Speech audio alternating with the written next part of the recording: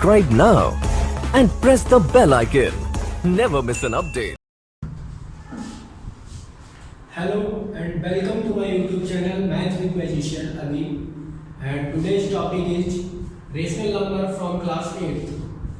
Previous हमने lectures में addition of rational number, subtraction of rational number पढ़ लिया था. नेक्स्ट जो हमारा टॉपिक है वो है multiplication of rational number. Multiplication of rational number. Rational number में मल्टीप्लिकेशन कैसे करते हैं? तो रेशनल नंबर में मल्टीप्लिकेशन करने के लिए बहुत ही आसानी है. For any two rational number, मान लीजिए a अपॉन b है और इसको आपको c अपॉन d में मल्टीप्लाई करना है. तो कुछ नहीं, आप ऊपर न्यूमरेटर और न्यूमरेटर का मल्टीप्लाई कर दीजिए और अपॉन डिनोमिनेटर और डिनोमिनेटर का मल्टीप्लाई कर दीजिए और ये आपका आंसर आ जाता है. यानी रेशनल नंबर में ऊपर की संख्याओं का ऊपर गुणा होता है और नीचे की संख्याओं का नीचे गुणा होता है और ये हमारा आंसर आ जाता है. एग्जाम्पल के लिए अगर आप कुछ भी ले लीजिए, मान लीजिए 2/3 एंड 3/5 है, तो इसको मल्टीप्लाई आप करेंगे जब, तो 2/3 इंटू 3/5 implies that 2 into 3 ऊपर की संख्या का ऊपर मल्टीप्लाई और नीचे की नीचे, यानी जो डिनोमिनेटर है it's multiplied with the denominator and numerator is multiplied with the numerator. That is 2 3 जा 6 अपॉन 5 3 जा 15. एंड इसको आप स्टैंडर्ड फॉर्म में भी कर लीजिए तो ये दोनों 3 से हट जाएंगे, तो 2/5 ये आपका आंसर आ जाएगा. ठीक है. नेक्स्ट जो आपका टॉपिक है उसमें प्रॉपर्टीज है. तो आप अगर प्रॉपर्टीज पढ़नी है आपको, तो प्रॉपर्टीज ऑफ मल्टीप्लिकेशन आपको टॉपिक डाल लीजिए. Properties of multiplication, properties of multiplication. Properties of multiplication में सबसे पहली आपकी प्रॉपर्टी है क्लोजर प्रॉपर्टी. क्लोजर प्रॉपर्टी आपने ये closure property of addition subtraction में भी पढ़ी होगी. क्लोजर प्रॉपर्टी, क्लोजर प्रॉपर्टी हमेशा ये कहती है कि क्लोजर प्रॉपर्टी ऑफ नेचुरल है या क्लोजर प्रॉपर्टी ऑफ इंटीजर है या closure property of rational number है. तो वो कहती है कि दो रेशनल या दो इंटीजर जिससे रिलेटेड है तो उनके मल्टीप्लाई एडिशन या कुछ भी करने पर सेम वही नंबर आता है. तो क्लोजर प्रॉपर्टी ऑफ मल्टीप्लिकेशन में भी यही कहता है the product of two rational number is always a rational number. क्या कहता है? The product of two rational number is always a rational number. Always a rational number, यानी इनका जो दो नंबर है, मान लीजिए 2/3 एंड 5/8, ये दोनों की दोनों रेशनल नंबर है. इनका जब आप मल्टीप्लाई करेंगे तो 2/3 इंटू 5/8 इक्वल टू 5 टू जा 2 इंटू 5/3 इंटू 8 हो जाएगा. तो 5 टू जा 10/3 8 जा 24. और ये जो आए हैं ये क्या है? एक रेशनल नंबर है. तो दो रेशनल नंबर का जो प्रोडक्ट है वो हमेशा रेशनल नंबर आता है. दूसरा हमारा है commutative property. Commutative property, commutative property on multiplication ही है. कम्यूटेटिव प्रॉपर्टी कहती है कि अगर a इंटू बी है तो उसको अगर हम b इंटू ए करें तो ये चीज फॉलो होनी चाहिए, यानी इनके अगर प्लेस को बदल दे तो रिजल्ट में कोई भी फर्क नहीं पड़ना चाहिए. एग्जाम्पल के लिए तो ये हमारा मल्टीप्लिकेशन जो है वो कम्यूटेटिव प्रॉपर्टी को भी फॉलो करता है. एग्जाम्पल के लिए आप ले लीजिए 1/3 इंटू 5/9 और इसको अपोजिट करके लिख दीजिए 5/9 इंटू 1/3. तो देखिए 1 5 जा 5/3 9 जा 27 और 5 जा 5/3 9 जा 27, यानी ये दोनों के दोनों सेम आ रहे हैं. यानी ये जो हमारा मल्टीप्लिकेशन है ये कम्यूटेटिव लॉ को भी फॉलो करता है. नेक्स्ट जो है हमारा नेक्स्ट हमारी प्रॉपर्टी है प्रॉपर्टीज एसोसिएटिव प्रॉपर्टी. प्रॉपर्टी 3 है हमारी एसोसिएटिव प्रॉपर्टी. एसोसिएटिव प्रॉपर्टी कहती है कि अगर दो से ज्यादा रेशनल नंबर है, मोर देन 2 रेशनल नंबर, तो उनको किसी भी ग्रुपिंग में अगर उनकी मल्टीप्लिकेशन की जाए, उनको मल्टीप्लाई किया जाए, तो उनके रिजल्ट में फर्क नहीं पड़ता है। मान लीजिए if a upon b, c upon d, e upon f, ये अगर नंबर है तो इनको किसी भी ग्रुप में करें, यानी ऐसे करें a upon b into c upon d, और इसका मल्टीप्लाई करने के बाद e अपॉन f का मल्टीप्लाई करें, या हम a अपॉन b में c upon d into e upon f का मल्टीप्लाई करें, तो रिजल्ट में कोई भी चेंजेस नहीं आता है। एग्जाम्पल के लिए आप वैल्यू ले लीजिए कुछ भी, 1 अपॉन 2, 2 अपॉन 3, 3 अपॉन 5, ये मान लीजिए 3 रेशनल नंबर है। You have 3 rational number, 1 upon 2, 2 upon 3 and 3 upon 5। आप देखिए 1 upon 2 into 2 upon 3 into 3 upon 5 equal to 1 upon 2 into 2 upon 3 into 3 upon 5। तो देखिए 2 बन जाए 2, ऊपर मल्टीप्लाई, तो 2 बन जाए 2 upon 2, 3 जा 6, multiplied by 3 by 5 equal to 1 upon 2 into 2 3 जा 6 upon 5 3 जा 15। ठीक है, 2 अब देखिए ये बचे हैं तो ऊपर मल्टीप्लाई करना है न्यूमरेटर का न्यूमरेटर के साथ, तो 3 2 जा 6 upon 5 6 5 जा 30 इक्वल टू 1 6 जा 6 upon 15 2 जा 30, यानी ये दोनों बराबर आ गए। रिजल्टेंट में कोई भी फर्क नहीं पड़ता है। ठीक है, तो ये एसोसिएटिव प्रॉपर्टी का प्रूवमेंट हो गया कि एसोसिएटिव प्रॉपर्टी में अगर दो से ज्यादा रेशनल नंबर है तो उनको किसी भी ग्रुप में अगर हम मल्टीप्लाई करें तो उनके रिजल्ट में कोई भी फर्क नहीं पड़ता है। ठीक है, नेक्स्ट हमारा जो प्रॉपर्टी है वो नेक्स्ट प्रॉपर्टी हमारी existence of multiplicative identity. Existence of multiplicative identity, next लिख लीजिए existence of multiplicative identity. Multiplicative identity क्या कहती है? मल्टीप्लिकेटिव आइडेंटिटी कहती है for a rational number a upon b, अगर हमारे पास कोई rational number a upon b है तो इसमें किसका मल्टीप्लाई करें? आइडेंटिटी का मतलब होता है मल्टीप्लिकेटिव आइडेंटिटी का। इतने का अगर वर्ड का मीनिंग निकाले तो मल्टीप्लिकेटिव आइडेंटिटी का मतलब हुआ कि ऐसे किस वैल्यू का मल्टीप्लाई करें जिससे इसकी रेशनल नंबर चेंज ना हो, ये बदलेगा। तो अगर हम सोचें तो ऐसा केवल और केवल एक ही नंबर है 1।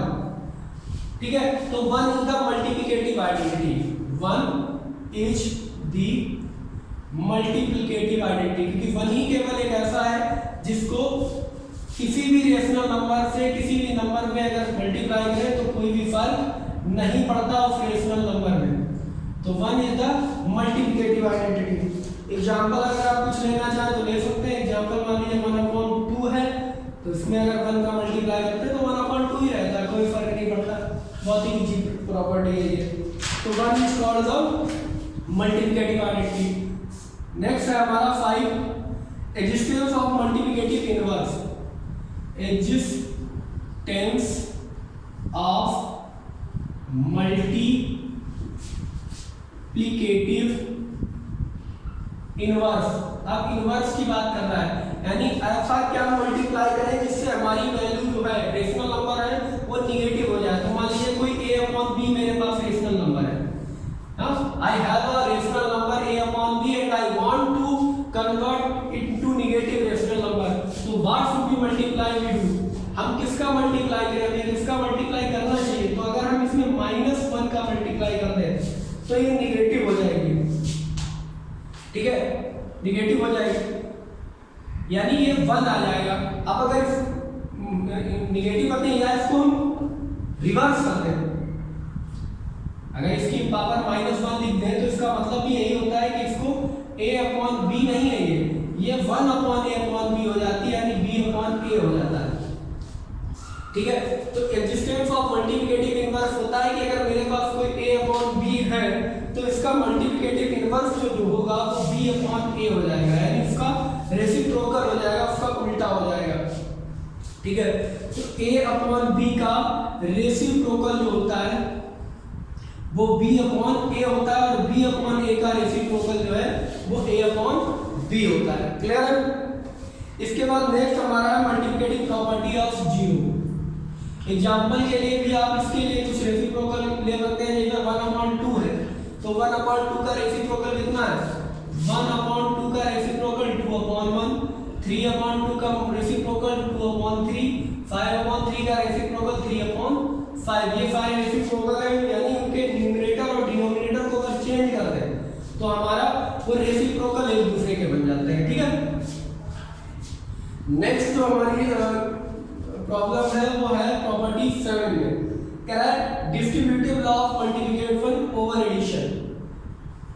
डिस्ट्रीब्यूटिव लॉ, ये आप क्लास 7th में भी पढ़े होंगे। डिस्ट्रीब्यूटिव लॉ क्या कहता है कि मान लीजिए A/B,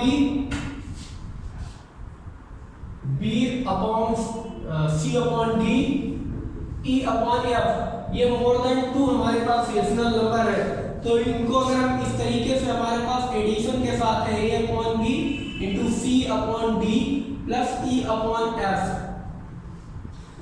तो ये हो जाएगा A/B का पहले C/D से multiply plus A/B into E/F, ये डिस्ट्रीब्यूटिव लॉ है। एग्जाम्पल के लिए 1/2, 2/3, 3/5, ये हमारे पास 3 नंबर्स हैं, तो अगर मैं 1/2 इंटू 2/3 प्लस 3/5 लिखूं तो ये किसके बराबर होगा, ये हमारा 1/2 इंटू 2/3 प्लस 1/2 इंटू 3/5 के इक्वल होना चाहिए। तो ये मेरी प्रॉपर्टी सही है, नहीं तो गलत होगी। तो देखिए पहले आप इसको ऐड कर लीजिए, तो 1/2 इंटू 5 3 या 15, 3 5 जा 15, 5 2 जा 10 प्लस 5 3 जा 15, 3 3 जा 9। देखिए आराम से सुनिए, 5 और 3 का एलसीएम 15, 3 का 15 पे डिवाइड 5, 5 का 2 से मल्टीप्लाई 10, 5 3 का 15, 3 3 का 3 से मल्टीप्लाई 9 इक्वल टू ऊपर का ऊपर मल्टीप्लाई, तो 2 बन जा 2, 2 3 जा 6 प्लस 3 बन जा 3 और 5 2 जा 10।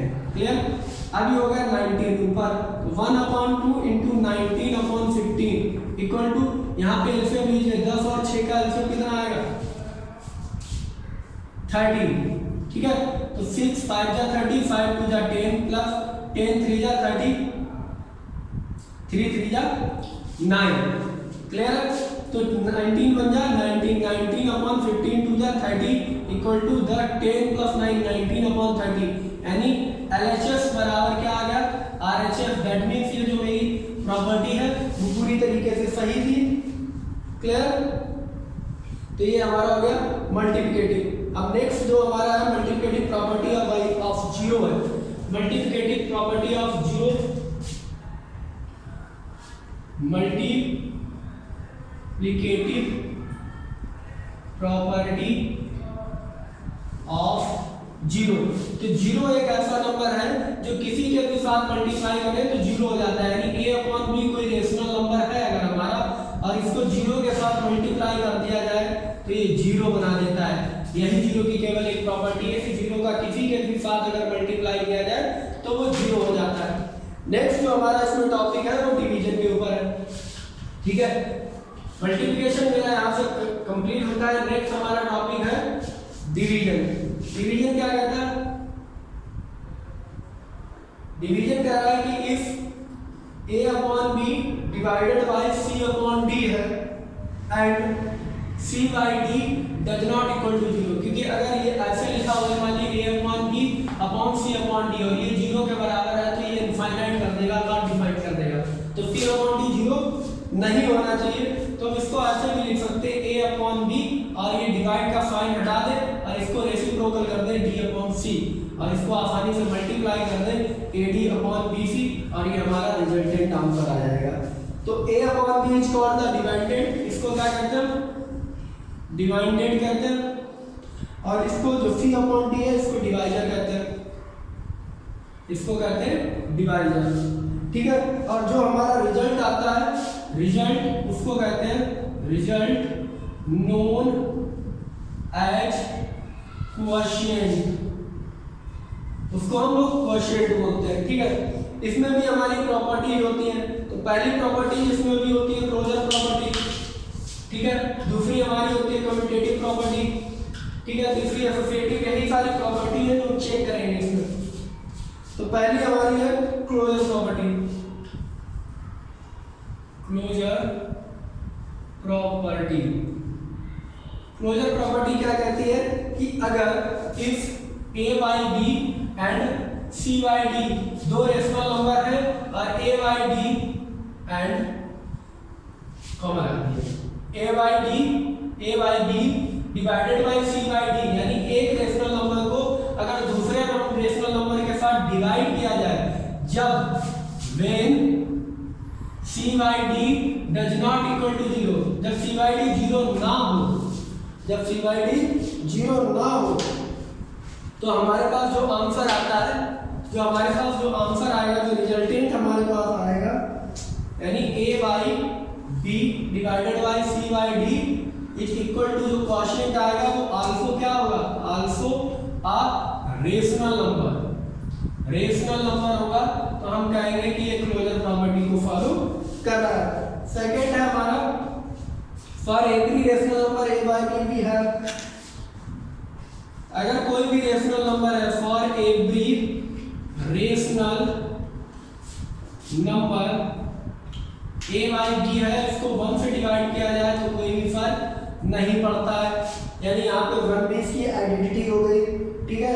For any non zero number, अगर for any non zero number, non zero rational number, अगर ए बाई बी है यानी ये जीरो नहीं है, ठीक है, कोई नंबर है तो ए बाई बी को अगर इसी के साथ भी डिवाइड कर दिया जाए तो हमारा रिजल्टेंट जो आता है वो 1 आता है, ठीक है। अब एक इंपॉर्टेंट रिजल्ट है वो लिख लीजिए, ये बहुत ही इंपॉर्टेंट है। कह रहा है if x and y two rational number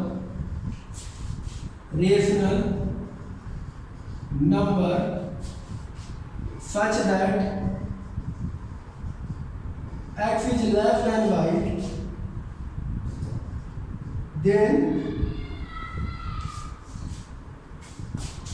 1/2 into x plus y is a rational number, is a rational number between them, यानी x और y अगर कोई रेशनल नंबर है और आपसे कहा जाए कि उनके बीच का रेशनल नंबर निकालिए तो उन दोनों का मीडियन यानी उनकी बीच की जो वैल्यू होगी वो उसका रेशनल नंबर, बीच की रेशनल नंबर होगी। जैसे एग्जांपल के लिए आप मान लीजिए कि आपको एक नंबर 1/2 दिया गया है, दूसरा 2/3 दिया गया है, 2/3, और आपको चाहिए कि इसके बीच की जो रेशनल नंबर है वो बताइए। तो आप 1/2 into 1/2 plus 2/3, तो ये हो जाएगा 1/2 into 3 2 जा 6, 2 plus 2, ठीक है, नहीं 3 2 जा 6, सॉरी 3 2 जा 6, तो 3 आ जाएगा प्लस 3 2 जा 6, 2 2 जा 4, ये हो जाएगा 4 और 3 7, 7 बटे 6 दूनी 12, ये 7/12 जो आएगी आपके बीच की रेशनल नंबर आ जाएगी, ठीक है। अब मान लीजिए एक क्वेश्चन, अगर आपको कुछ नंबर्स के बीच में रेशनल नंबर निकालने हो, ठीक है, एक क्वेश्चन अगर ऐसे दिया गया हो कि मान लीजिए 1/2 और 1/4 के बीच में फाइंड, एग्जांपल अगर दिया गया है find 5 rational number 1/2 number between 1/2 and 1/4, तो देखिए 1/2 और 1/4 के जो डिनोमिनेटर है इनका एलसीएम ले लीजिए। फर्स्ट आप क्या करेंगे, टेक एलसीएम ऑफ 2 and 4, कितना आएगा 4, 4 एलसीएम आ गया। अब इनको सेम करना है, ठीक है, तो 1/2 into 4/4, तो ये आ जाएगा 4/8, ठीक है। अब इसको ऐड करने के लिए आपको 1/4 को ऐड करने के लिए आपको 2 का मल्टीप्लाई करना पड़ेगा, ये हो गया 2/8, तो 4/8 से 2/8 के बीच की रेशनल नंबर आपको पता करनी है।